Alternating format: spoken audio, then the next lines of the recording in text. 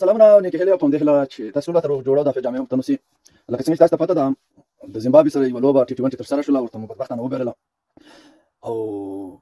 نو پکار ځکه چې سمون ټیم ته پکاتو مقصد خټیم دی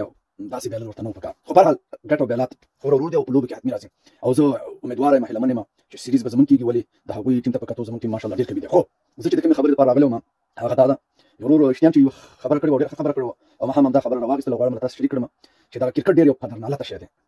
دا چې ته کله په بیټینګ کې لګیایې او دا خپل کومه زده کړه چې لري دا نو خلکو ته ډېره زیاته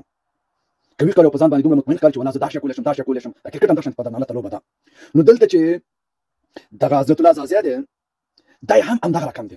او دا داسې فکر کوي چې بالکل نو زه چې یم هر څه کولی شم ځکه چې دغه لوبه پیرودې لوبه داسې ده نو که چېرته دی د خپل سټایل ته وګوري او دغه خپلې نیمګړتیاوو ته وګوري او خپل هغه لوبو ته وګوري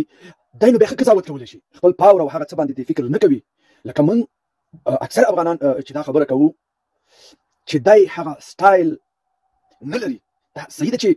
یو وخت سړی لوبه وکړي او شپه چکې په مزاري باندې وهلي دي دا منمه خو دا د دې معنا نه لري چې دا بالکل پر ځای او سم کې لاړ ځکه د دغه انداز د دې نه دی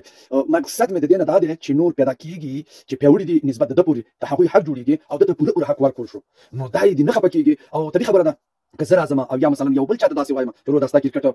نسبت هغه شانتې نه دی لکه څنګه چې پکار دی نو هر یو انسان خفه کېږي زه باور لرم چې په دې به حضرت الله زازي هم خفه کېږي ځکه چې اوس تا غوندې کس راځي خو ولې نه هغې خلکو ته په کتو باندې چې موږ یې لرو او هغوی ته نوبت نه ورکول کېږي پکار دی چې د هغوی ته حق ورکول شي او پکار دی چې موږ دا خبره یاد کړو خیر که تاسې رانه خفه کېږئ زموږ خبرې د دې دپاره نه دي چې تاسې دې خفه کړو د دې دپاره دي چې د پرمختګ نه برخمن شو او هغه حقدار چې دي هغوی ته حق ورکول شي نو وخت نه نیسم پر مسوارم خاطر وفات او سلوړي کامیاب اوسئ الله په امان د کرکټ بورډ دپاره پکار دي چې بعضې هغه نیمګړتیاوې چې عادي خلکو ته ښکاري هغوی باید حتمي ور پرځای کړي پر مسوارم